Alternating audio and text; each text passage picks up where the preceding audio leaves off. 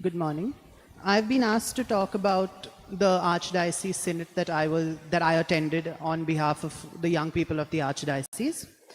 And this is just my brief experience instead of a 16-minute video. Okay, so it was held on the 3rd and 4th. It was titled The Archdiocese of Bombay Synod on Synodality. It was held on 3rd and 4th June. Priests, religious, and laity from the Archdiocese of Bombay journeyed together as they reflected on the feedback received through synodal discussions across the Archdiocese of Bombay at the St. Pius X College in Goregaon. The Synod on Synodality aimed to provide an opportunity for the entire people of God to discern together on how to move forward towards the path of being a more synodal church in the long term. Through 2 days and 4 main sessions, we all discussed how to be a synodal church, we have to first have an open mind to discuss things openly without reservation. We interacted with the Cardinal and his bishops, and separated in groups of 9, we had an opportunity to speak plainly without reservation among ourselves.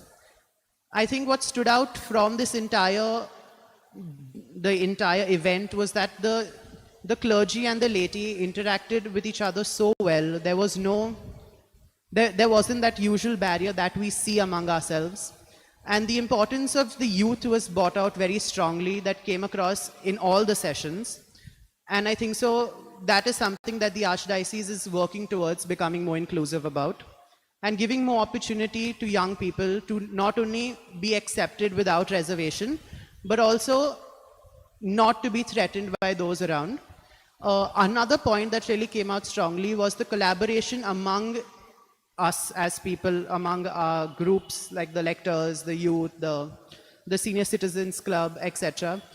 And how we can always work together instead of having our own personal problems and own personal agendas coming into the play.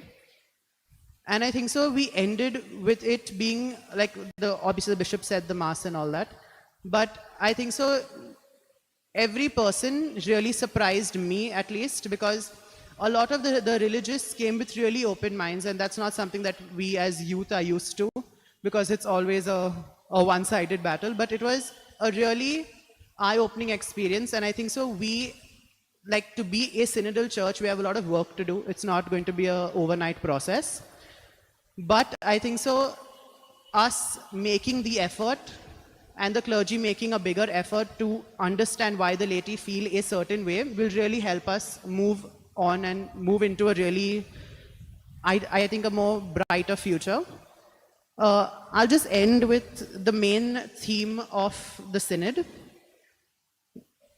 The Synod Coordinating Committee had said this to us at the beginning: we dream of a church that is fully alive and vibrant in its liturgical celebrations. We dream of a church that is inclusive and reaches out to the indigenous people, migrants, victims of human trafficking, the marginalized, and the LGBTQ. We dream of a church that is truly sensitive to the cries of the earth.